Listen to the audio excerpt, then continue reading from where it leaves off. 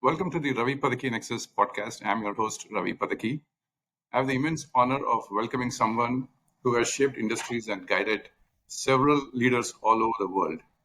A visionary technologist, legendary product leader, and above all, a mentor whose wisdom continues to guide me and several others. So please join me in welcoming Mr. Ramkumar Narayanan, Executive Vice President of Fidelity Information Services.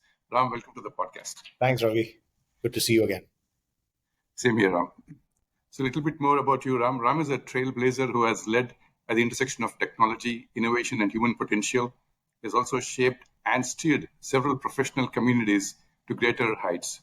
But beyond the titles and accolades, Ram is an amazing human being, a thorough gentleman, a beacon of clarity and compassion in leadership. His ability to mentor with humility, to challenge with kindness, and to envision the future while staying grounded in values makes him not just a leader of today, but a guru for tomorrow's change makers. So Ram, thank you again for joining me. It's a personal privilege to have you on this podcast. Thanks, Ravi. Thanks. So Ram, if I can start off with the question, how do you perceive yourself as a leader? It's a tough question to answer for sure, right? I mean, the way I think about this is I've been fortunate to work with a lot of people over time, including you, right? I've known you for 17 years. And I think to me, the leader is not made by themselves. A leader happens only because you resonate with a number of people around you and they're willing to actually come and work with you or stay connected to you over time. And I think to me, that's what I've been fortunate with, right? So I've had a wide variety of people who continue to work with me, who have been part of my either direct network or indirect network over the years. And good or bad, they still find value in engaging with me. So to me, the way I think about this, like I said, to answer your question more directly, is to say, I feel like I'm a person who is inclusive. I like working with people. I like helping them. I think they help me. So it's not a one-way street.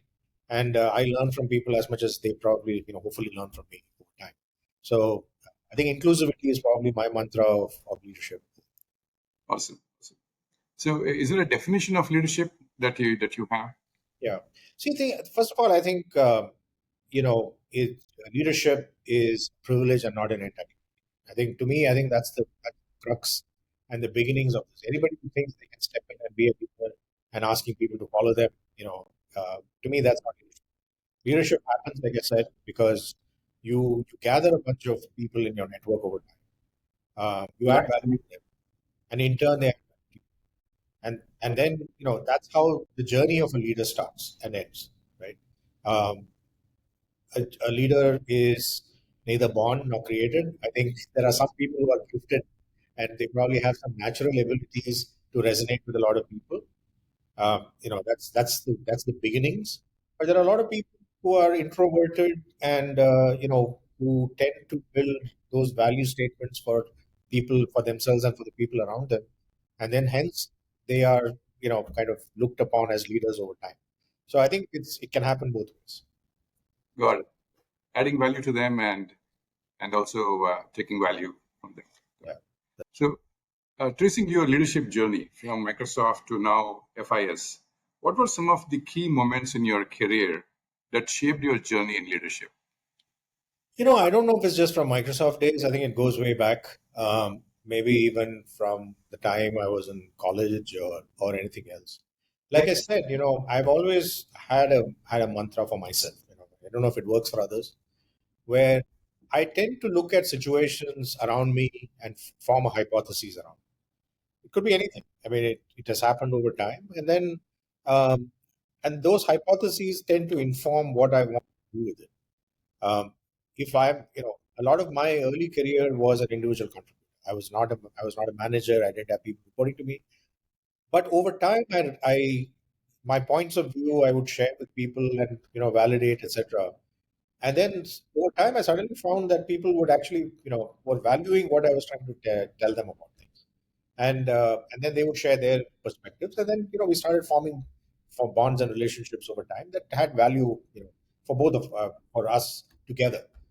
And then I think that was, if I look back, that was the beginnings of when I started realizing that um, I won't call it leadership, but I started realizing that this is a way to build perspectives with people around you and then achieve a common outcome and goal over time, right? And this has happened multiple times in my life and career when I look back.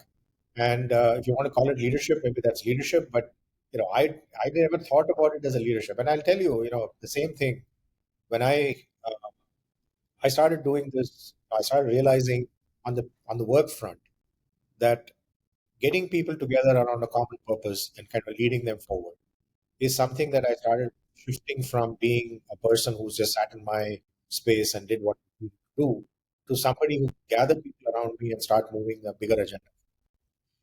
That led me into becoming what is we call product managers. I was an engineer. I used to write a lot of code, but then I also started realizing people in my team started looking to me for helping them think through the perspective of what our customers were telling us, and then hence what they need to go and code. Right. Not that I gave up engineering, but during time, I started realizing I started resonating more with understanding the world around me, forming a perspective, and then translating that back into a product or a solution that somebody would like to use. And that was the beginning of my journey as a product manager. I never knew the term. I mean, when I was doing this in the 90s in the auto industry, which is where I really started my career in Detroit, I was building engineering software. And I would work with a number of people, engineers in the auto industry, who were not software people. They were practitioners. They would design car suspension, which is what my background is. And then I started learning how they thought about their craft and translating that into software. And that journey became, what we would later call as product management. So That's amazing. That's simply amazing. Got it. Got it. So, Ram, let me ask you a very commonly asked questions. So, do you think leaders are born or made? yeah, like I just said, right? I think they could come from any direction. There are some people who are born with leadership qualities. They're very good at, they're very gregarious. They're outgoing. They work with people, and so on. Right? So that's maybe but that is just the beginning. That's just one ingredient that goes into making a true leader over time. There are people who are highly introverted, who don't necessarily work with people, or are not the most gregarious. They're not they're not the party in the room when party animal in the room when they walk in, but they tend to gather people around them around common thoughts and purpose and be able to lead them forward. So to me, I think the common ingredient in this is not about whether they're born with leadership skills or not born with leadership skills. The common ingredient here is they're able to form a perspective. They're able to pull together a point of view. They're able to align people against it and then take them forward in a common direction. And this is not by hierarchy or reporting relationships or anything else. And that is what I personally resonated with when I became a product manager. Because to me, the leadership was around our customers. Can we form a point of view? Can we actually, understand the problem statements that we are hearing from our customer base, and then be able to translate that back with solutions that would actually satisfy their need, right? And to do that, you needed to get people together to work with you on a purpose. Not that you had all the answers. In fact, I would say that, true leadership is when you don't have all the answers. You may not have any of the answers, but the ability to get people together, to crowdsource those answers, be able to bring it together, get people aligned, form an opinion, and then take it forward. To me, I think those are the hallmarks of leadership. Great leaders, it doesn't matter in what domain you're in, what purpose, what life. When you know that the people are great people in terms of leadership, when you see the followership that they are able to build around a purpose. And I think to me, those are the hallmarks of leaders, and whether they're born or they're created, it happens over time. Okay, Ram. So, let's deep dive into the next segment. If you could talk a little bit about what is the expanse of your role currently at FIS? Yeah. At FIS, I lead the technology and services organization for FIS across India and Philippines. We are a relatively, important and strategic part of the company. We represent well over 30% of our workforce at this side of the world. But more importantly, we have it gives me as a leader of this organization a perspective all the way from the customer journey of what's the market telling us, what's the products that we are building and solutions we are building around it. How do we take it to market from a professional services and implementation perspective? And then we also have our customer support organizations that kind of roll into my part of the organization. So we get a full end-to-end view of our customer journey through the solution set that we produce as a company around banking, payments, capital markets. FIS is a company which is in the money flow. So the way we think about this is, we have three parts of the money journey, right? The money life cycle. One is money at rest. This is your banking, your core banking systems, which actually hold the money, and make it available to you and me as customers of the bank. Once your money is not static, you want to be able to move the money from your bank account to somebody else's bank account because you're buying something or doing something else, and that's the money in motion. And FIS is one of the largest, FIS systems. We have about $90 trillion of world economy flows through our systems.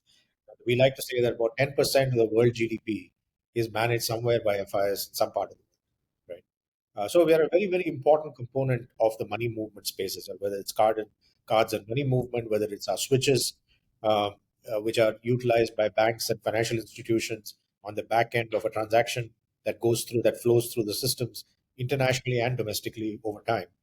And then the third part to this is money at work.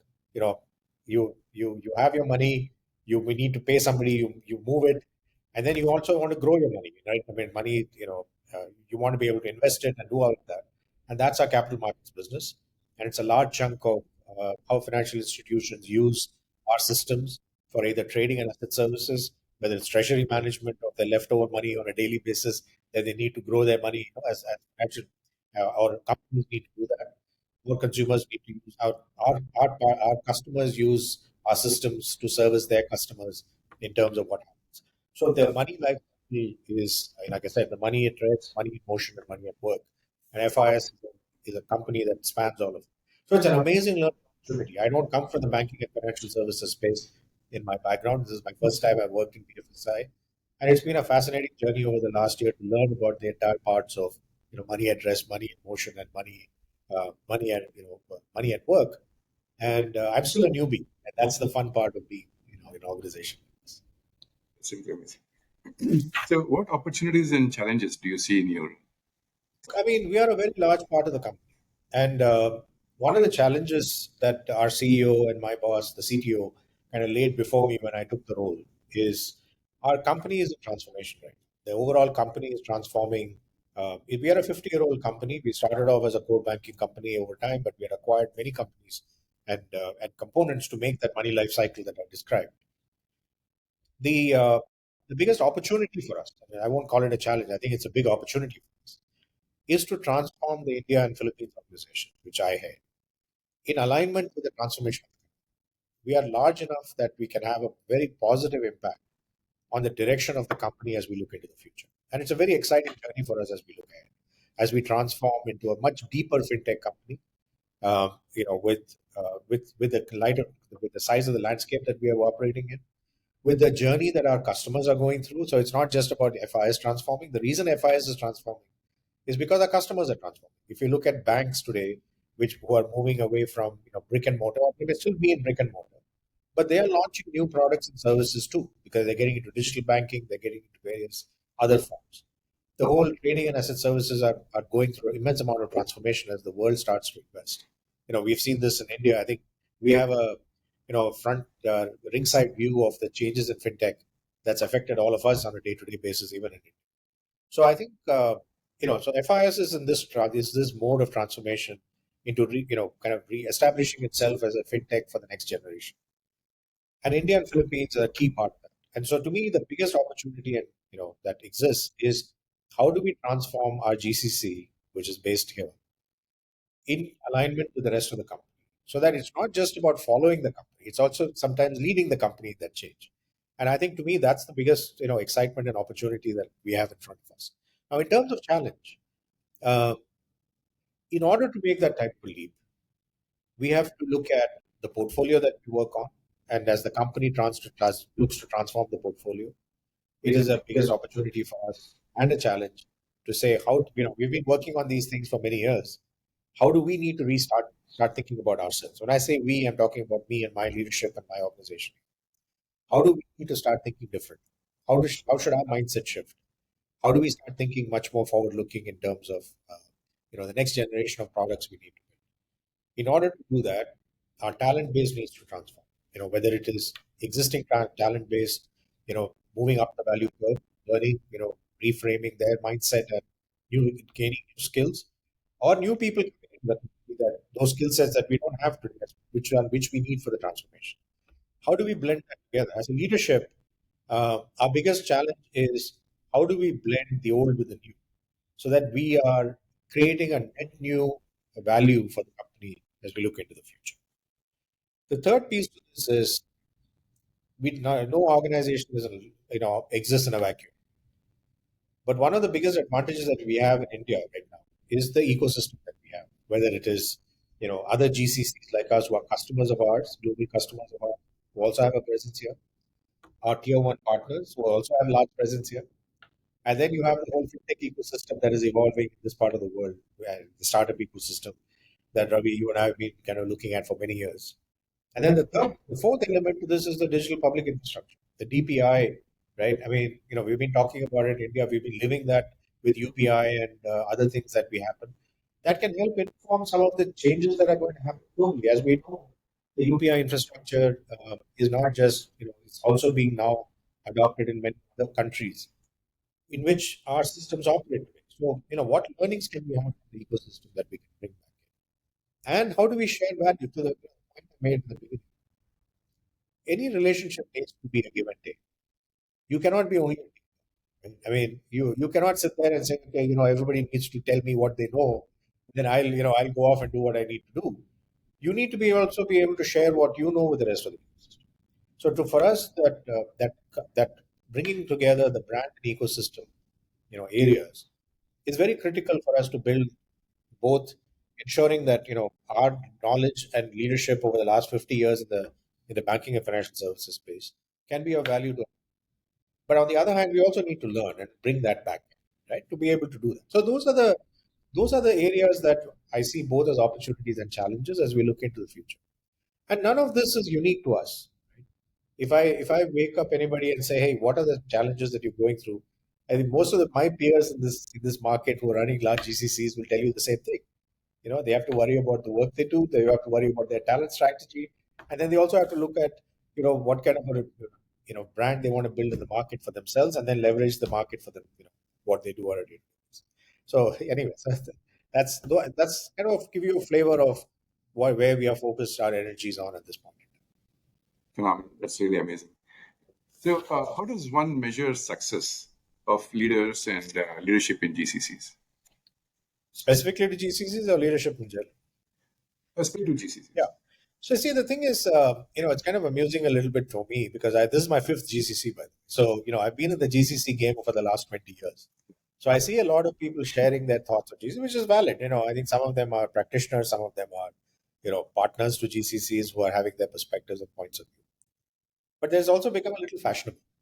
So the way I think about, no two GCCs are the same. They all look from the outside. Everybody says, "Oh, you're a large base of people or small base of people."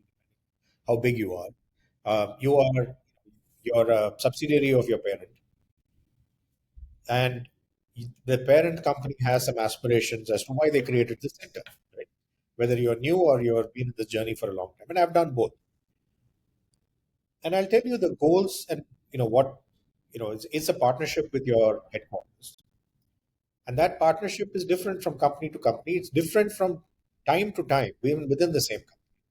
What you may be doing today for your parent company could change tomorrow just because of the fact that some of the notional changes of the company itself may have a bearing on what they want the GCC to do. Right? I mean, AI is a good example, and we'll talk about it. But when ChatGPT got launched in November of 22, every company was like scratching their head saying, well, "What do I do now?" I mean, they're still scratching their heads, but I think it became an opportunity for some of the GCCs to take on a role of saying, "Look, everybody is equally clueless. Maybe we have a chance to take it up, for the company." And so these are examples of temporal changes that may suddenly come up that gives the GCC an opportunity to again take on a bigger responsibility on behalf of the companies. So coming back to this point of a leader of a GCC, one of the things that I learned in my journey is that all of us come from the domain expertise, right? It doesn't need to be only engineering. It could be product management, like you and I are. It could be from it could be from business. It could be from operations. It could be from whatever the functional area within the company a leader kind of emerges, or at least is anointed as a leader of the GCC. In some cases, it's first among equals. In some cases, it is a designated role. Whatever it is, the biggest difference I found, and I had to learn this over time, is you're no longer a functional leader. Okay, the biggest step change for a GCC leader is you now have to shift your mindset and your learnings from being a functional leader or whatever function you kind of grew up from into a general management leader. Okay, and that is not an easy change because you tend to fall back on what you know, right? I mean, if you're an engineering leader, you tend to fall back on looking at the engineering aspects or thinking about everything as an engineer. Or if you're coming from operations, you may think about everything as an operation. If you come from finance, you may think about everything from a financial lens. But you have to step back and say, look, that is no longer my job. My job today is to be a general manager. I have to keep multifacets in perspective when I take this on. And I'll give you a couple of examples. I talked about three of the areas. I have to keep, irrespective of which area I came out, I have to take stock of what is the work that we do today and where is the journey going and what is the kind of work that the company needs me to be starting to do. Which means I need to not think about my functional areas, but really start thinking about what does the CEO worry about? What is the CEO of the company and the CEO minus one, the CEO's direct reports? Where are their strategic priorities sit? And the strategic priorities could be in any one of the domains of, hey, we need to build great products, we need to get it to market, we need to make it successful in the market, right? And which markets. So you have to start learning about the company's priorities, not just the functional area that you came on. That's one dimension. So, and hence the work that you do at the GCC, because typically, at least medium to large GCCs, they are multifaceted. You would have, the way I characterize it, you'll have product, you'll have business, and you'll have operations. Some of that going on in the GCC. So you have to take stock of that and say, okay, what are the areas that we operate in today? Where is the company priority going? And how do I ensure that we are aligning the priority of the GCC against where the company is going and not any one function under the company? Right? Because you typically will have functional leaders also locally who are aligned against their functions. Let them worry about it. But as a GCC leader, I need to worry about the full picture. You're a mini CEO. I mean, I don't want to call it a CEO role, but you have the components of what a CEO worries about. See, when somebody becomes a CEO of a company, they may come from any of the functions, but the moment they're the CEO, they're no longer attached only to one function. So I think that is a very similar journey for somebody who becomes a leader of a GCC. So you have to think about the work you do. You have to worry about your talent strategy. And a talent strategy has to be appropriate to the work you do today and the work you are likely to do tomorrow. And you have to build a bridge between the two. So understanding how to build a nuanced talent strategy becomes more important. It's no longer about getting work done. It's about defining the work and then also defining a group of people and the organization that will get us there. The third piece, like I said, you have to build the brand. Why do you need to build the brand? In order to attract and retain great talent, you have to be known in the market. In fact, your employees read the newspaper or social media more than they listen to what you have to tell them inside the company. All of us do our town halls and everything else, but what lands there is not as important as what they hear from the outside. So the same message, if you give it from the outside, through social media or LinkedIn, whatever, it lands much faster with your employee base than whatever you tell them standing in your town hall. So you have to learn to orchestrate the organization as well, in terms of organization and the world around you. The fourth area is what I would call governance and compliance. Most of us are also on the boards of our local subsidiaries. Right? There's a statutory responsibility that comes with it. That statutory responsibility needs to ensure that you're running a ship that is aligned with local laws, local regulatory things, policies of the company. How are you doing that? And the bigger you are, the harder it gets because the signal, doesn't come through the organization. So you have to build the systems that will let you manage a large organization, through all of this. Because why do you need to do all of this? Because ultimately it's about servicing the goals of the company. All of these other pieces are in service of them. And as a general, that's why it's a general management role and it's not a function. Now, we hear all these conversations happening about creating global roles, right? Global roles are important and they need to be created because that's what connects the local GCC much more materially to the parent, to the larger company, right?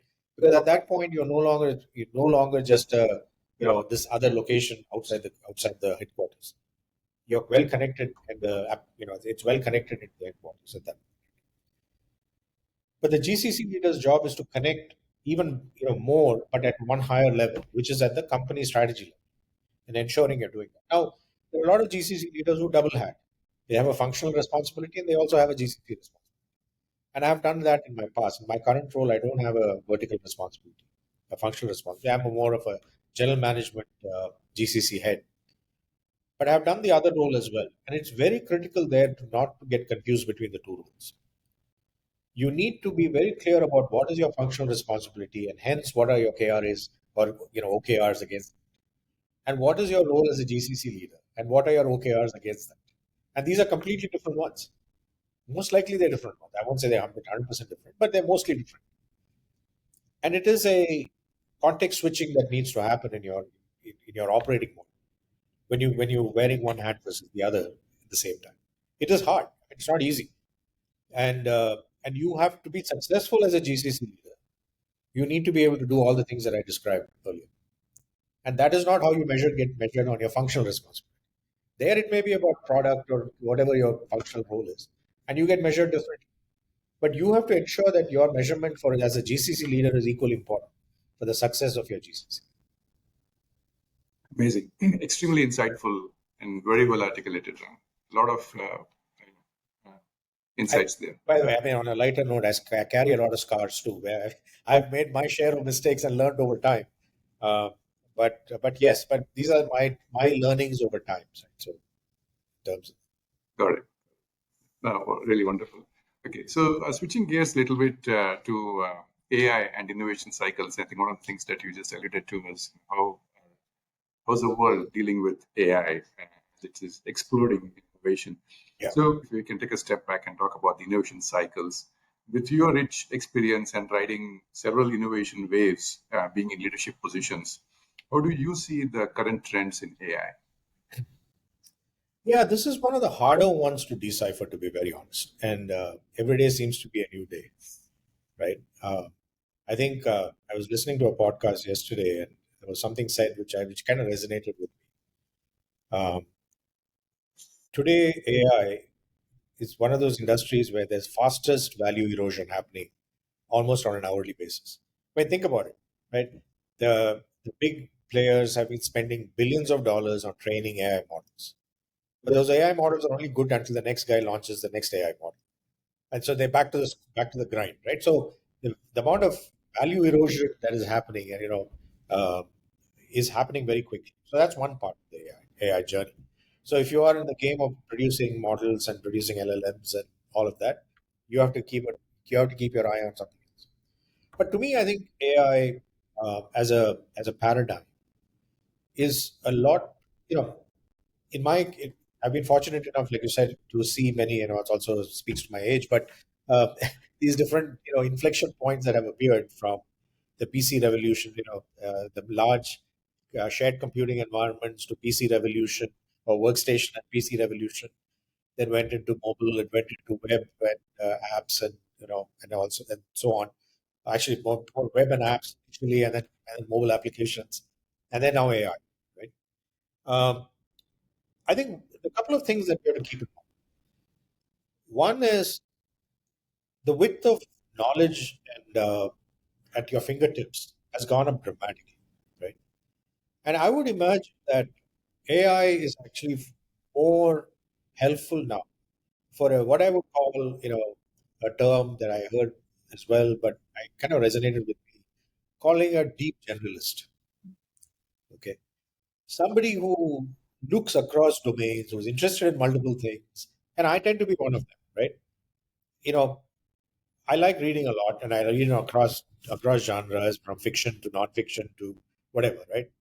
Whatever I can get my hands on. Um, for somebody like me, it is immensely valuable because I'm reading something in biology, and I say, hey, what is this? Let me go. So I can go down a rabbit hole on a topic from from what I have. Like when I'm reading a book, I have my phone in my hand, and I can say, okay, what is this? Well, let me go dig a little bit deeper, right? So it starts to put an immense amount of knowledge in your hand. How people will end up using it, I don't know. But to somebody who wants to go down multiple, who's curious, who likes to look at multiple things in different ways, form perspectives out of it, want to do a deep research on a topic, or semi deep research, it's immensely valuable, and it's getting better by the day. Okay. So instead of you having to open up encyclopedias or do whatever, do traditional searches in the past on the web or mobile, this is starting to put an immense amount of knowledge in your hands. That's one side to this, right? Which, so a deep generalist will definitely benefit from this, and maybe that's what we need in the future rather than specialists. The world had moved towards a lot more specialization, and we saw that. We see this, in whether it's in medical domain or wherever. I mean, you keep getting bounced from one doctor to another who's seems to be a deep specialist in one area but doesn't see this is the bigger picture of what's going on, right? So maybe there's an element here of a deep generalist, and people who are deep generalists may actually benefit more from AI. That's one side. The other side to it is job erosion, or what I would call commercialize or commoditization of scarce skill sets. Software development is a good example. Okay, the while the world had created a lot of software developers over time because it was a scarce resource, it is still a scarce resource. I mean, if you want to differentiate between those who are great at their craft versus those who are run of the mill, we have created a lot of run of the mill. I mean, it has filled the gap of people who were needed. I'm not saying it's not necessarily a derogatory term, but they were needed for filling out the gap of that existed in the digitalization of the world. Okay, there's a good chance that AI is going to commoditize all of it. Anything that is not differentiated and be able to generate. I mean, the code generators are getting better by the day, right? I mean, they may not be at their, it's not probably ready to replace a top-notch software developer yet. But the code generators are good enough for doing the kind of work a lot of people are doing today in the world. Human beings. That is a problem, right? I mean, it's a problem of jobs, it's a problem of livelihood, it's a problem of future in terms of, and unlike industrialization, time it took 100 years for something to take effect. This is changing on an hourly, weekly, monthly basis. So it is going to have a material in the short run. Maybe the world will adjust over time, etc. That's one side, which means now they've commoditized the scarce resources from the past. What is then important as we look ahead? I think what becomes more important now is craftsmanship, your abilities to know more than what an AI can do, the ability to have the ability to, you know, humanize the statement. I still think the problem statement generation will happen because of width of ability to look beyond the obvious. Maybe there's a life ahead for Ravi, you and me as former product managers to get beyond this and let leave the coding to somebody else, on the side. I'm only half joking. Um, but the craftsmanship becomes more important. The ability to describe the problem, the ability to get down to, this often used word of first principles thinking, the ability to roll back, say the five whys and the how, right? I mean, keep asking the questions, the ability to ask the precise questions, get answers, look beyond domains that you're familiar with. This is where that goes back to the deep generalist question, right? Can you look beyond? Can you derive answers which have come from other domains that will inform you for what the answer should be? So I think the beauty of craftsmanship becomes more important. I mean, if you look at it from a slightly different domain, industrialization started mass producing things. But yet today, if you look, people still value that item that is handcrafted and beautiful to look at. a painting that you want to put on your wall in your house, because it is done with such elegance and beauty that resonates with you. So I think there is going to be room for craftsmanship. The question is, how do you become a craftsman? That I think is going to be the challenge in front of us. How do you guide the next generation to become craftsmen? The young who are coming through their education system, who are getting through college. I think the what is going to rapidly erode is your traditional education model. That's not going to be as critical anymore in this new world. Then the question is, what should education institutions do? How do you put the next generation through this learning cycle that will make them craftsmen? Otherwise, you're going to get a gap of a generation. You will have the older generation who will going to retire or move on. You will have young people, if the jobs erode for a entry level software developer or entry level whatever other function, the pipeline is going to get, it's like an air gap, right? The older generation will move on, the younger generation doesn't appear, and then what happens? How do we ensure that that air gap doesn't get created? And I think to me, as an ecosystem, it's very important dialogue to have. How do you prevent that? How do you help people become craftspeople, even with using these tools and mechanisms, and be able to do it? So I think the world of AI is not just about the AI. It's not just about the tool. It's about a fundamental change in the workflow, the work models, the work, you know, uh, the humanization of what needs to happen as we transform along with these tools. All that has to happen. And then I should not forget the fact that there are biases. How do we help people understand what is ethical AI? How do you use this effectively? It's very easy to kind of go down a technology rat hole and forget about the fact that this may actually have an impact on society. How are we able to do how are we able to teach people that, hey, you know what, you got to watch out for these things as you go down this excitement of the tool. And AI has a much more impact as we think about this for the future on those kinds of dimensions. And we need to be able to keep that. So, yeah, to conclude, I think AI is exciting. It's here to stay. It is going to be helpful for a lot of people to gain a very broad set of knowledge at their fingertips.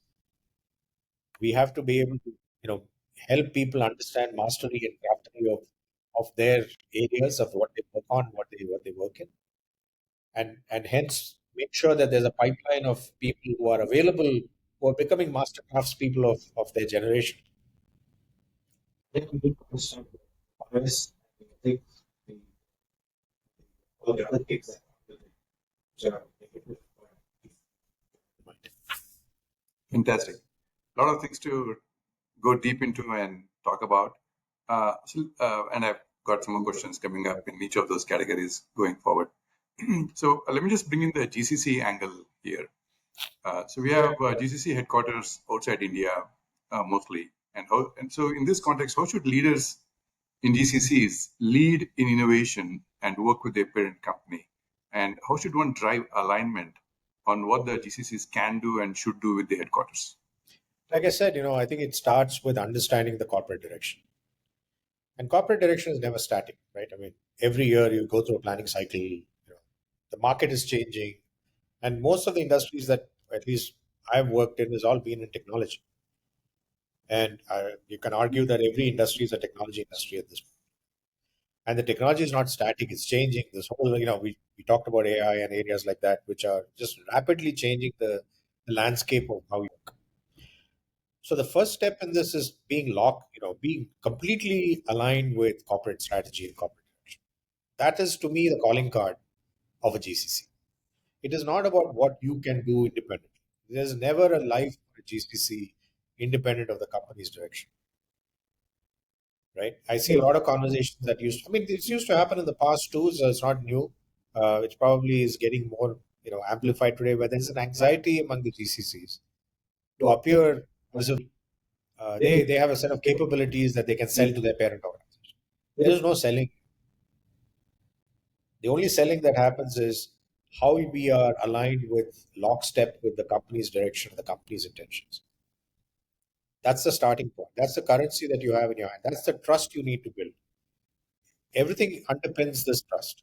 And to build trust, there are a few things. One is this alignment. You need to be able to very clearly articulate where the company is going, and hence how are you going to add value to them. The second piece of trust is relationships. As a GCC leader, you need to build relationships across the organization. It's not just in the functional areas that you came on. You may have those relationships already, but to build real trust, you need to go across.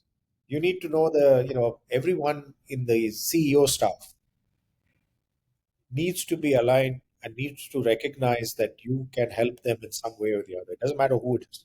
It could be the CFO of the company, it could be the CTO of the company, it could be the chief legal officer of the company, it could be the whatever other CXO function, CHRO of the company, right? They need to see you as a partner in this journey. And the only way you can do that is by building that relationship. You don't come in trying to sell them on stuff. You're coming there and saying, listen, here's where I'm seeing the company going. Okay. Help me understand where it's going. If it's going in that direction, help me also understand what would be important for me to start thinking about to help the CXOs in the organization get better at what they can do. Right. Because in most cases, it's a fairly large enough GC's, location of the company. How do we become partners in this journey? How can we become partners? And here are some ideas on the table. So you need to double click on the corporate strategy, corporate direction, understand what it means, look at what you have locally, what are possibilities, and start to build that roadmap. So it's not unlike a product management job. So, you know, uh, I think you and I have talked about this in the past where, to me, you give a GCC to a product manager, it becomes a product. So, I think about it that way. I think about the market direction. I think about, who's the customer. In this case, the customer is your internal stakeholders and external stakeholders. You need to understand both because they are also aligned against where they're taking the company based on where the markets are going. So you really need to understand that. And then the talent that you have to build to help satisfy it and so on, right? So this has to be a partnership journey with your leadership of the company in terms of where you want to take it. Got it. Partnership journey. And that's a really good masterclass right there. I mean, a lot of things that you're saying, each of them can be masterclasses. Fantastic. Ram, let's jump into one of the most challenging situations that a GCC leader faces, and that is leading change or leading transformation. So before, we used to talk about leading change was like painting a plane midair. Now it looks like with AI coming in, there's you're going to replace the painter with AI or the pilot with AI co-pilots, and the outcomes are still questionable because AI is still developing, and you still have to orchestrate the flight. So looking back, painting a plane midair looks like a piece of cake now. So how does one lead change or transformation when things are moving so fast? If you could share some of the principles, of the frameworks that have helped you to steer change. Yeah. Look, at the end of the day, it's a human game. AI can come in, do whatever it needs to do, and we talked about it already and all that. I'm not saying it's not going to have an impact. But at the end of the day, you're leading a human organization. You're part of a human organization, right? It's not going to change in the near future where all the humans will be replaced by machines. I don't know. Hopefully, I won't see it in my lifetime. I hope not. So it starts with saying, like I talked about at the beginning, it's a partnership journey with your corporate headquarters in terms of what the GCC's role is in this whole process. But you've got to bring that back and explain to your current organization that you're leading as a GCC or new people, what's the journey we are on? And why is it that what do you do on a day-to-day basis for the company that links it back to the corporate strategy and the outcomes that the company is looking for to drive? Not just so, and you have to demystify this and build that purpose for your organization, irrespective of who they are. Every function in the organization is important, right? A lot of times you say, "Oh, the engineering or the product teams are more critical to the company than somebody else," right? I don't subscribe to that philosophy. My philosophy is if you're here for a purpose, your purpose is as important as the person sitting next to you. So that's the operating going in position. So now the question is, how do you link it back? How do you help people understand this, and how do you build local pieces to this? And I kind of alluded to this in my earlier points. The way I think about my framework is one, you have the purpose of the organization. What are we here for? Right? A lot of times it's about servicing our external customers through the journey of the company and the strategy of the company, which is aligned with delivering value to our customers. Otherwise, why would they pay us, right, for what we do? That's one. Second part of this is the framework below that. I have four major areas. I'm being repetitive, but let me just say this again. First is the work that you do. And any GCC has probably got a mixture of work happening. It's got some legacy work going on. Whether it's keep the lights on or something that's delivering revenues of today. Okay. Most likely, the GCC was set up to defray the cost for the parent organization by moving into India. I mean, how much we want to get away from just a cost paradigm, which I am not a big believer that cost is the only element to look at. The differential in cost is still important to understand because it drives better margins for the company by reducing the cost of maintaining or keeping a product going and selling it at a certain revenue cost point or price point. The difference is the margin, right? You can either, the cost can be reduced by whether it's people cost or some other cost. You can have different tactics to do this. One of the tactics is you move the people cost to a lower cost location. I mean, that is, it's built into the framework of how GCCs are set up. If somebody tells me differently, I would love to have a discussion. Okay, but that's not where it should stop. If you only stop at cost, then you're not, you're not fulfilling your full purpose. So cost is one element to this. So the portfolio work that you do, some of it is going to be cost related, which is you're helping the company manage a portfolio of products at a lower cost. Which is today's product that is selling to customers are buying it, they're using it, they're delivering revenue. A lot of learning can come out of that. Okay. That can help inform the next set of things that you do. So that is where your future roadmaps come. New product areas. I talked about this thing when AI suddenly started. Everybody said, "Oh, AI," right? But the advantage of the fact that you're working on your today's products is you understand customer journeys, you understand the workflow, how customers are using your product. Can you then take it one step forward and say, "Hey, if I were to infuse AI into my existing product, what could that look like?"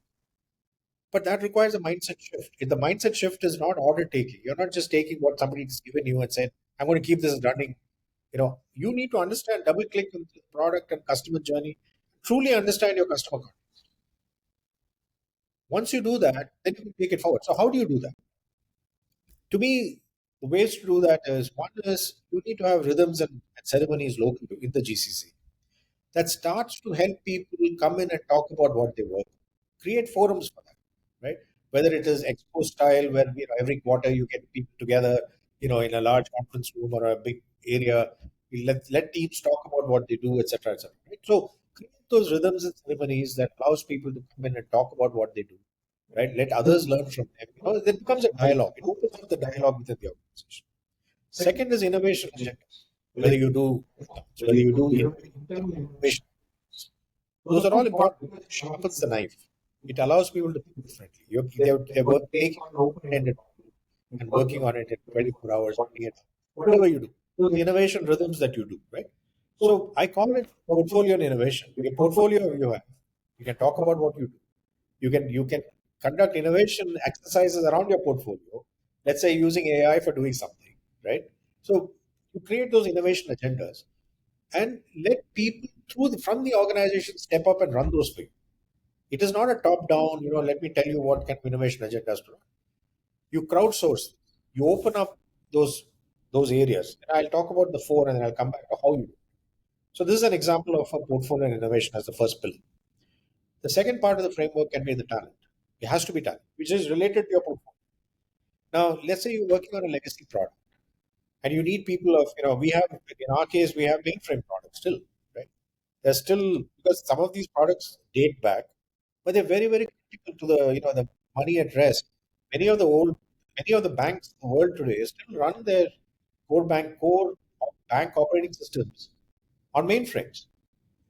It's not simple to get out of mainframes, as people think it is. It's not just move everything to public cloud overnight. It doesn't happen for various reasons, right?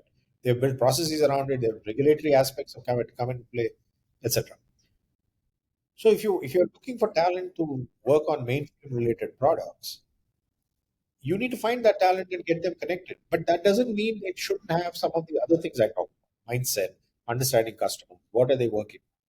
Be the best, build that craftsmanship that I talked about, right? You have to, these are opportunities to build craftsmanship. So talent strategy is as important to that because it's not just people who you have today. You help them understand, you help them grow, you help them train themselves, get retrained, etc. But you also need to bring in fresh blood periodically, whether it's your college programs, whether it is lateral hires who come in with bring different skill sets. How do you blend these together? Your onboarding and coaching of those new people coming into your company is as critical because that's why your cultural context gets set. So your talent pillar and your talent exercises that you do has to take into account a lot of these things. The life cycle of your employees through the system. So you need to build depth there, right? So that's the second pillar. The third pillar is brand and ecosystem. Who are you in this environment? Why would somebody come and work for you, especially in a place like India with all these GCCs and startups? You have to stand out. Why do people want to come and work for you? Not because you have a job, but it needs to be something more than that attracting them to come and work for you, right? And stay with you through their journey. So it's very important for you to kind of set the agenda of who you are in an environment in your ecosystem.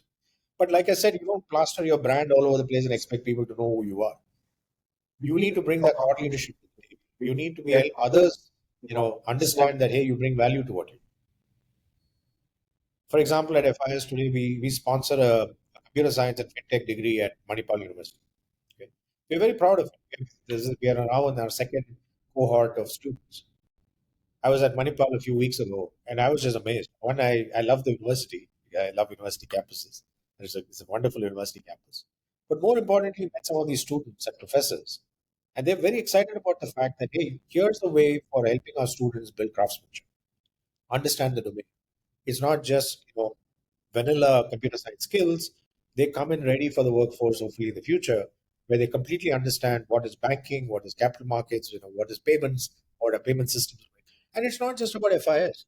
We're not going to absorb every student that comes out of the program. We're creating a public, a goods platform of some sort.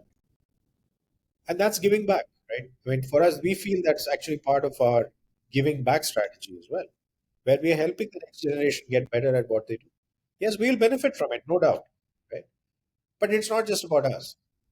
This is this. So we have to think about this in a much more of a community fashion than just trying to do something for ourselves. So that's one. That's the third one. The fourth is, like I said, the whole governance and compliance piece. Are your policies in alignment? And it's not even necessarily in an onerous way. A lot of it is about, are you aligned with the future? Your employee value proposition, does it align with what people's expectations are? What are your policies? Are you in tune with the regulatory environment? So on, right? So, are you are we creating the right rhythms and processes within the organization to be aligned? These are my four pillars. You tie it back to the purpose of why we are. You tie it back to the purpose of the company. You suddenly have few hundred people in the organization who are engaged in this four pillars areas, and suddenly you're creating the next generation leaders. And we discovered, I've done this before in previous jobs, where we were amazed at the kind of people we never knew existed in the organization, who show those leadership skills that you talked about at the beginning. Are leaders made or created, are born? It doesn't matter whether they're born or being created. We need to be discovering them. And this is a mechanism to discover the next 100 leaders in the company. And suddenly you have a very healthy pipeline of leadership. You have a very healthy pipeline of work you do. You are aligned with the company strategy. This is not just about building your GCC brand within the company. You creating rhythms and processes that the company benefits from, and this just becomes a natural way to operate. Anyway, so that's my long answer to your short question. Thank you.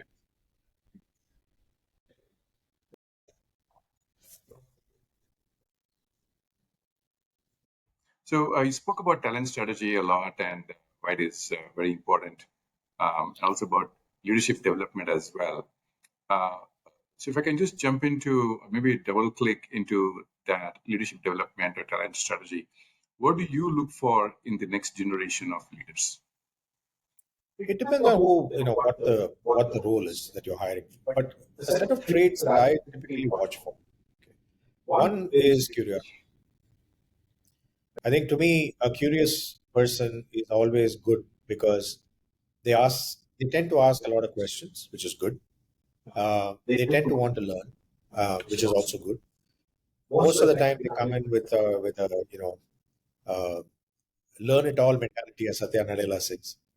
They're hungry to learn, and I think that's something I look for because nobody is ready for a job. Nobody comes in with all the credentials that absolutely fits a role that you're looking to. Plus, as a hiring manager, I may not know all the aspects of the role itself. So I want somebody coming in who can form an opinion, who can form a point of view, and craft what that role should be in alignment with all the other things I talked about earlier, the purpose of the company, purpose of the role that they're coming into, etc. If they're senior people, we look for leadership skills, people leadership skills. Have you grown? Have you taken an organization or your organization that you were leading in the past from a level A to a level B, where level B is always higher than level A? What is the philosophy on creating leaders within their organization, empowering, getting them to be? And do they have experience in managing tough situations? Okay. And I'm typically describing a more senior leader. I'm not talking about more junior hires. But senior people, these are the things I look for. Mindset shift. Are you willing to learn? I mean, like I said, learning is one aspect. Are you able to teach others? Have you done that? You know, uh, so on. So I think I look for, yes, functional skills are important, and I'm not minimizing that. But I personally, by the time when I look for people for hiring leaders, those are the kinds I think look at. Are you? Can you tell me about situations that you handled which were tough? How did you handle it? Are you calm under pressure? Right? I mean, obviously, you're asking them for examples to tell you about those situations, but those are the kinds of things I typically look for. Are you inclusive? Have you shown the ability to pull together a wide variety of diverse people and kind of, stitch them together into a high performing team? Tell me examples of where you've done those kinds. That's what I look for. I look less on domain experience, to be very honest, unless it's a very, very specific, specialized position you're hiring for. Mostly those are IC roles, right, or a very senior IC roles, where you're bringing in an architect of a certain kind or something else. But even within them, you look for examples of where they have worked across domains and been able to learn and be successful where they shift domains from one to another. Got it. Got it. So, going further into this topic, into the topic of Generation Z, Gen Z, and the future of work, which also you alluded to recently. What are some of the interesting things that you have noticed about the Gen Z workforce? They're not scared. It's I always like interacting with them because they have a lot of courage. There's no, a lot of times there's no filter. They're not like, they're not inhibited to tell you something. Whether they're right or wrong is a different issue. But I like the fact that they're uninhibited and there's a lot of courage that's there to take on things. They're not afraid, which I think is a wonderful place to be to start. Right. Second, curiosity. They tend to be a lot more curious than probably a generation before them. They're interested in many things. Maybe that's because of the social media stuff. Their variety of interests are wide. Now, that also causes other problems, of course, of focus. But they tend to be able to talk on wide variety of topics that could be interesting sometimes. But they the downside of that is focus and the ability to listen. My hypothesis, and I I haven't tested this yet. And by the way, when I talk to people, they say within the Gen Z generation itself, people are dividing it by pre-COVID and post-COVID because some of the people feel that there has been a shift in the way the Gen Zs or whatever the current generation that's termed now, they tend to be operating even more differently than the maybe people who were there for 3, 4, 5 years before that. So my hypothesis is how we relate to them, how they learn, and hence how you think about, from a corporate perspective, when you bring them on board, how you help them learn what you want, uh, probably may need to look different than what, the practices that we followed from the past, which also is going to put a lot of pressure on their immediate managers, because for them to relate to this generation and be able to get, you know mold them to something that is of value for the company and for the individual involved, is going to look very different. So I think as a corporate leader, I would say we may have to rethink how we follow our managerial practices, our learning and development practices, onboarding, and grooming these young people for the next generation of work that may be coming up. I think those will be the challenges in front of us as we think about that generation and how we help them through that the process of learning and being productive for our organizations for the future. Okay, got it. So, just taking a step back quickly, are there enough jobs for Gen Z? Do you see enough jobs? Or what skills, if you can just quickly add to that question, what skills do they need to work on and acquire to be successful leaders? I think the current environment is difficult. I mean, we are seeing this the world over, right? Uh, Especially in some of the domains like computer science, which were, which was an automatic shoe-in to find a job when you were graduating from college, irrespective of what level of a university you're graduating from or institution you're graduating from around the world. It's not just an India phenomenon. There are challenges of finding jobs. I mean, we have to acknowledge that the world is looking different today than it maybe did a few years ago. Now, is that temporal or is that permanent? Is something that we won't know for a while. Okay. Some of it could be defined by socioeconomic or economic scenarios around the world, could be dictating it. But I believe that it's a combination of both. That there's probably a economic shift that's happening around the world. Some of it will remain over time, and hence this may not be a temporary, pause in jobs.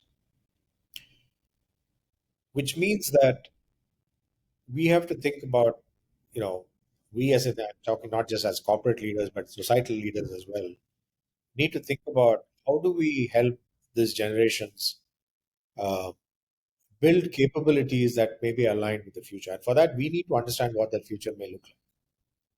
And I think I'm not sure the jury is out yet in terms of knowing what that future looks like 5 years out, 10 years out at this point in time.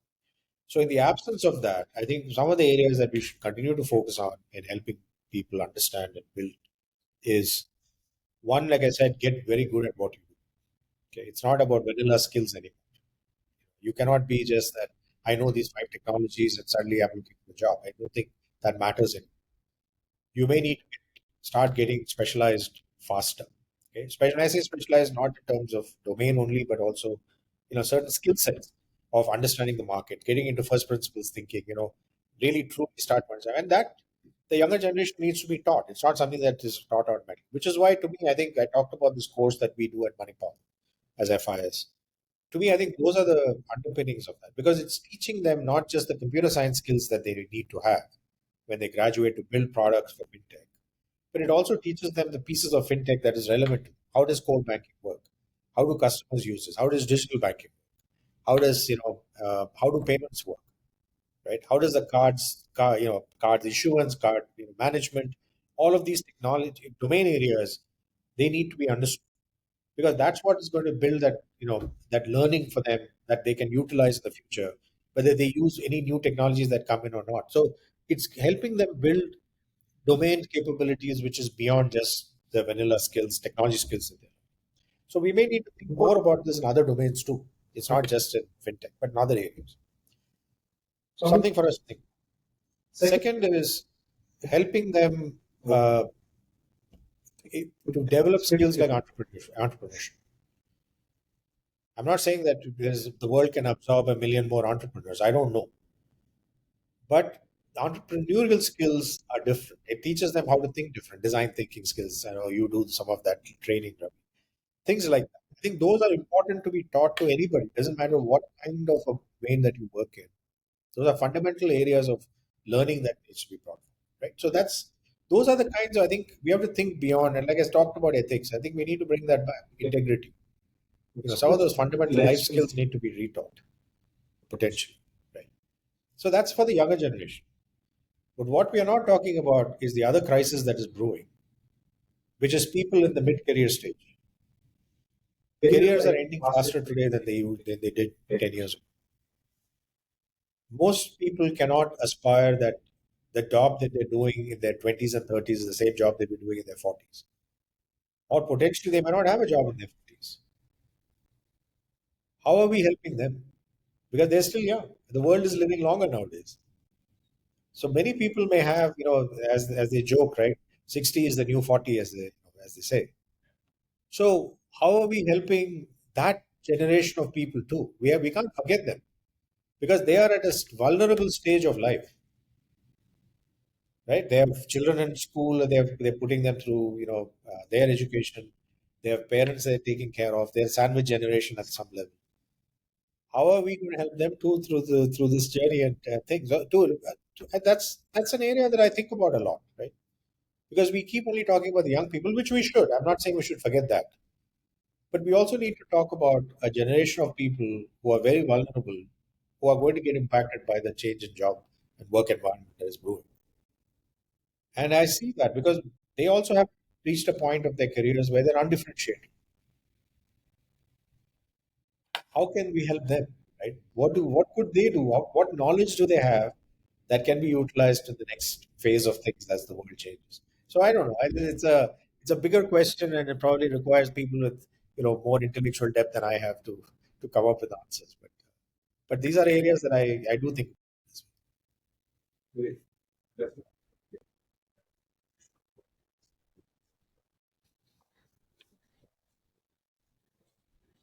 So fantastic, Ram. So if we can just jump into the last segment, these are just personal, getting a little bit more personal. Who or what has been a major source of inspiration in your leadership journey? I don't know if there's one or I would be doing a lot of people a disservice by start singling out individuals. But my family environment, I would start with my father and my immediate family generation before me. I come from a family of civil servants. My father was the first batch of the IAS, the original 1947 batch. Uh, Wow. and so I saw growing up, I mean, not because these were lessons that were taught to me, but I just saw the way the world was around me, you know, uh, his generation of people, the way they thought about nation building to a large extent. Okay. The way they went about things. Uh, my uncle was the chief election commissioner, who was well known. He went at a time when a lot of changes happened. That he was instrumental in making those changes. So I kind of grew up in an environment of high achievers in a lot of different ways. So that was, I would say, the seeds of this. A lot of times as a young person, that you learn by watching rather than learn by somebody telling you stuff. Okay. So that was, I think, the beginnings. I was lucky enough, I was privileged enough that I had that type of learning environment to look at to start with. That's the beginning. Right? On the professional front, I've had a lot of mentors. I've had a lot of people I've worked. Ravi, I would be amiss to say that you're one person I've learned from a lot in terms of resilience and a lot of things you've done. And you and I have talked about. I've been working together in an ecosystem for a long time as well. So to me, I think, every one of those have been role models for me and learning. So to me, I can't say that there's one or the other. Yes, there have been others who have had a slightly bigger impact in my career journey or teaching me, etc. Uh, like I said, I'm blessed to name one or two versus a number of them. But each one of those have been a good learning opportunity. I've had my share of bad bosses too, and those have been learning opportunities as well. They're difficult when you go through it, but you also learn. I mean, rather than say, okay, you know what, they have been put into a bad situation. It's like, okay, I mean, this is what it is. What did I learn from that, and what can I not do by by seeing something like that? That was thing. And on the positive side, I've also had some great people that have either been were reporting to or learned from, or people who worked with me, were my peers, people who work for me. In fact, sometimes some of the people I've worked who work for me, I've learned more from them than they probably got from me. So to me, I think the world is an oyster. You, you don't know what you find with it. Fantastic. I'm humbled. Thank you so much for that. Ram, this is, you're one of those people whom I always find refreshing to talk to, and you have a smile that is disarming. To be, if I can be frank here. So how do you manage stress, and how do you carve out moments for quiet reflection? Um, I fundamentally believe that this too shall pass. So I wasn't very good at it, to be very honest. I mean, I've had my share of, going off the deep end sometimes. But over time, I think I also reached a conclusion that, hey, there's no point getting so wound up about everything around. Uh, that doesn't mean things are not important. You have to address them. I'm not saying you bury your head in the sand and kind of try to ignore things. But I also, over time, I also realized there are some things you have control over, something you don't have.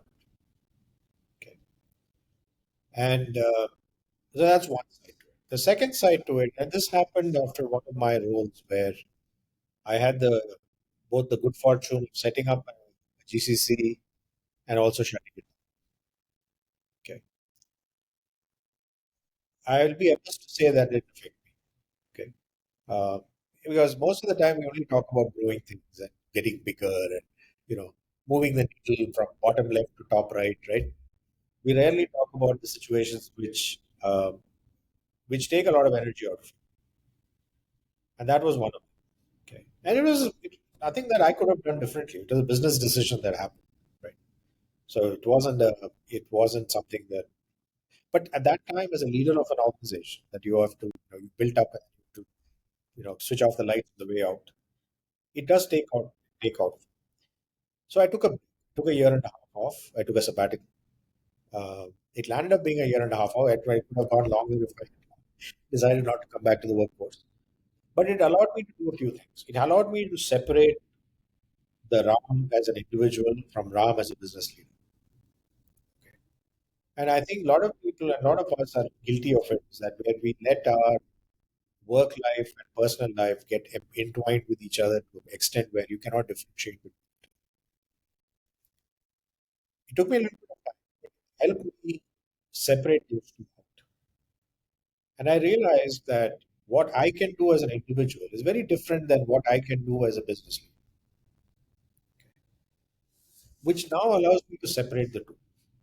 It allows me to think about situations a little more objectively than if I would emotionally of being in that situation. That helps me handle some of my stress because I can separate myself out and look at it from a different vantage point. So why is this happening? What can I do about it?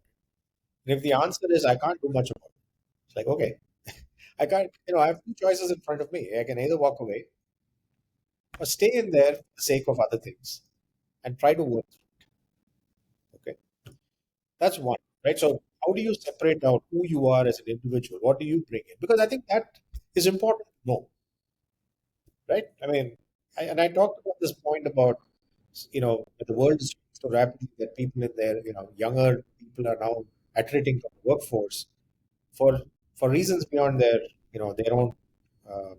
their own reason, with their control.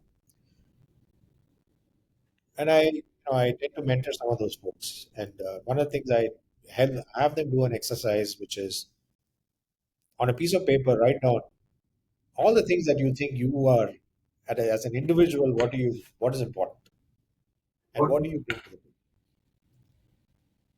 It's a little hard to do because a lot of times people put down their skills and all that. And I say, okay, fine, that is okay. But who are you? What do you stand for? Who are you as an individual, as a human? Right? What resonates with you? And that's when people start to. I was not one of those people who had a lot of hobbies. Okay, to be very honest, I used to as a younger person, but as I grew older and I, got more and more busy with my work became everything. Right? I stopped playing games. I stopped doing things which I enjoyed. I stopped doing, other hobbies. So I think it's important to then start to redevelop some of those other outlets, right? which allows you to then say, okay, this is, I'm in this situation. I need something else to keep myself distracted, right? Something that allows me to, okay, well, it's different things, different people have different hobbies. It could be music, it could be sports, it could be whatever, but it allows you to separate, okay, your time. That's something I learned as well. So how do you separate? Third is it's not about you, and it's very important because it allows you then to start taking look objectively look around you and say, if it's not about me, who is it about? And it is about the other person, other people around you that you can help, and then you turn your energies towards them. And I draw a lot of energy out of that, helping others. It doesn't need to be only work related; it could be other things, whatever it is. Get involved in something that is bigger than you. It's very. I find it very humbling because then you tend to know some things which you don't know anything about, right? You get involved in some societal project or something else. All of these put together is what I use to get past tough situations for myself. This is what it is.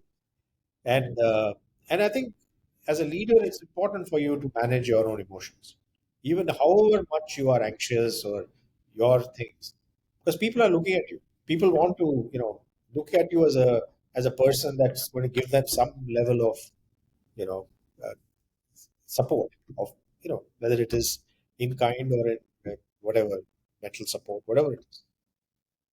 You have to be there for them, and you have to be able to manage your own emotions during those situations. That doesn't mean you can't be vulnerable. It doesn't mean that you cannot be transparent. You cannot be honest. Those things are important. You need to be who you are, but you also need to be careful about how you bring that forward to others. It was And very some of it is nature, though. So nature, yeah. No, that was very, very insightful, Ram. It was, I saw a very human side of you. Thank No, great reading currently. You mentioned this. You're an avid reader of both fiction and non-fiction. Any interesting books you're reading currently? I have several on my, reading next to my reading favorite reading chair. Actually, I'm reading Walter Isaacson's biography of Elon Musk. Uh, I leave alone the current situation to a large extent. But I was curious to understand the person behind the actions. Um, and so that's one book I'm reading right now. That's one part. I have a few fictions that I'm reading. I don't even remember the names, but I pick up and read fiction, fair amount of fiction at the same time. I've started reading a little more about Indian philosophy, reading Vivek Deb's, essay on Gita, which is interesting because he's written it for young people, and which somebody who's not as familiar with it is easy for me also to read. So I'm doing that. And then I have a few other books on leadership and people and things like that. Like I said, I just read things. I read a lot of now long form content on Substack and places like that. Not necessarily all work related, but other things as well. Excellent. That's great. So, Ram, what's the best leadership advice you have ever received, and how has it shaped your approach? I mean, there's been several, but there's one that I keep coming back to in situations. One of my mentors told me, he said, look, you are who you are. You can't be somebody else. Okay. Which means you react in certain ways in certain situations. But he also said you need to put a user interface on top of it. So, irrespective of what the situation is, you need to conform to what is needed at that point in time. And then you need to put on a user interface. That may not be you, but that's what's needed at that point in time. Okay. And I tell this to others as well. And I think this is one which I have used quite effectively in my past. I'm generally quite affable. I mean, I'm not the kind of person who will come in and take a tough. I can take a stand if I need to, but I'm generally easygoing in terms of talking to people. But if there is a situation that demands me to make a decision, I will make the decision, irrespective of the most popular decision to make or not make. Okay, that's my view. So it's not like, just because you're affable, you get along with people, you listen to everybody around you. But as a leader, you need to make a decision. You have to make a decision, and that may not be a popular decision. But people need to know that they've been heard. And yet, here's why I'm going to make that decision. And here's what it is, right? And you have to do that. As a leader, you have to do that. You have to make decisions. People look to you for making decisions. They may not all like the decision you make, but you have to make it, right? But you make it the right way. Okay? That's one area where I have used that quite effectively. You say, look, I've listened to you. I've heard all of you. Here's what we're going to do. And I'm requesting everybody to, even if you disagree, commit and let's move forward. Okay. Um, and or I've had situations where I'll come in and take a tough stand. I mean, it doesn't matter who it is. There have been situations where I felt I needed to, we as an whatever the work team, you can draw the boundary any way that you want. We have done the due diligence. We know what we're doing.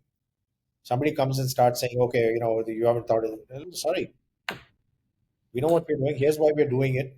Here's where it aligns. Here's what's going to move the needle. And for the sake of our team, we're going to move it forward. We've heard you. It doesn't matter who it is. I mean, it could be people, above you in the organization. We need to move forward. We need to move forward. There's no.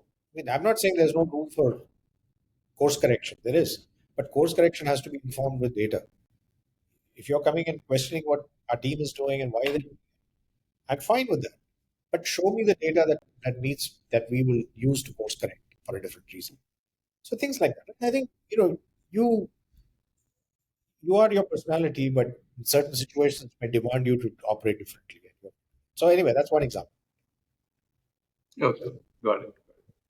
So Ram, you've been an ecosystem champion, and I've had the distinct pleasure and honor of having your guidance and a mentorship during my journey as well. And you're also a huge supporter of new ideas. So are you seeing any interesting developments in the India startup ecosystem right now, and how do you see that going forward? Yeah, I think I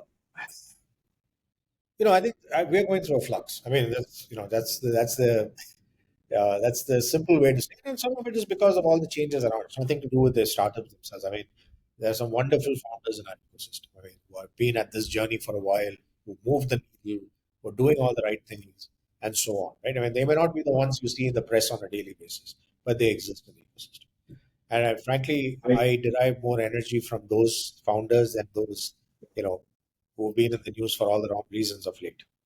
Um, so I think some of these areas will continue. We've been in the deep tech space for a long time.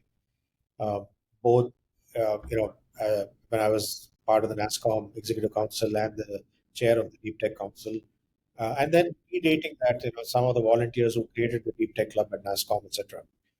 Deep tech is an area which I think is India needs for the future, and because it cuts across domains, it cuts across healthcare, health tech, agri tech, space, mobility, everything that the country needs for the future. Many of these founders are doing, and I think I continue to be bullish about the support, the kind of support they need. We need to come together as an ecosystem to solve, whether it is patient capital or helping them connect to markets, all of the other things that come. Because I think those founders are doing a wonderful job of taking research, doing depth work, converting those into products that companies and society can benefit from. So I continue to be bullish on our deep tech ecosystem overall as we look at it. Now that needs to be informed with the changes that are happening in the markets and in the technology space. I'm not saying put AI there for the sake of AI, but I think AI will need to come in a positive way to help many of these companies move forward. And how can we help them do that? How can we help them, understand and learn and bring that forward? I think, to me, I think I'm stepping back because I've discovered that I also need to learn about these new areas before I can be effective in coming back and working with some of these founders. But I'm looking forward to, in the near future, come back into the ecosystem, do some of those kind, bring some of that knowledge back. Okay, got it. So, Ram, we have come to the close of the podcast. I once again wanted to thank you for your time, for your generosity, and for all the exceptional insights that you have shared with me here. And I can see each one of them can be a masterclass on its own. So, thank you so much for all this wonderful wisdom and sharing. My deep appreciation for your time here with me today. Anything you would like to share in closing? No, thank you, Ravi. Thanks for having me on your podcast. Like I said, I've known you for over 17 years, and I've seen you as an ecosystem champion. You've done so many things for our ecosystem from the past. And I'm hoping that we'll continue to do many of those things as we look into the future. But thanks for giving me a voice to bring some of my learnings to the table. Uh, like you said, there is a lot hiding behind each one of these things, which I'm more than happy to talk about. Maybe I'm laying the foundation for future podcasts with you. But jokes apart, I think I enjoy sharing what I know. Not all of it may be relevant to everybody, which is okay. But I'm hoping that at least some of this is helpful for others. But it's all these conversations are beginnings of a journey, not the end of it.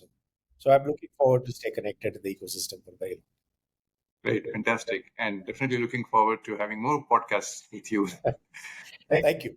Thank you, Ram. All right.